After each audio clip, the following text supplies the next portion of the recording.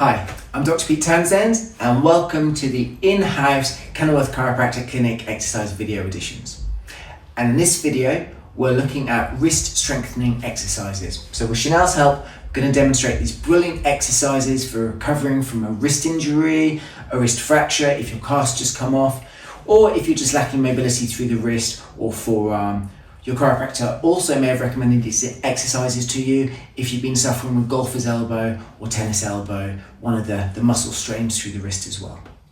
So to begin with, we're going to do wrist extension exercises. So with your arm loosely resting over a surface like a desk, and we're just going to let your wrist angle all the way down and then extend up all the way back up again. All the way down and all the way back up again. Now, if you want to make this a little bit more difficult, and if this is too easy and perfectly comfortable, then we'll progress to having a light weight in the hand. Something like a tin of beans would be ideal for this one. In this case, we just got a weighted ball. So all the way down and all the way back up into extension. So that's the extension form of this exercise. Then we're going to do the flexion form. So if we turn the hand all the way over, and the exact same thing, you can keep the weight in your hand or do it empty, depends how comfortable this is. And all the way down and all the way back up again. Absolutely perfect.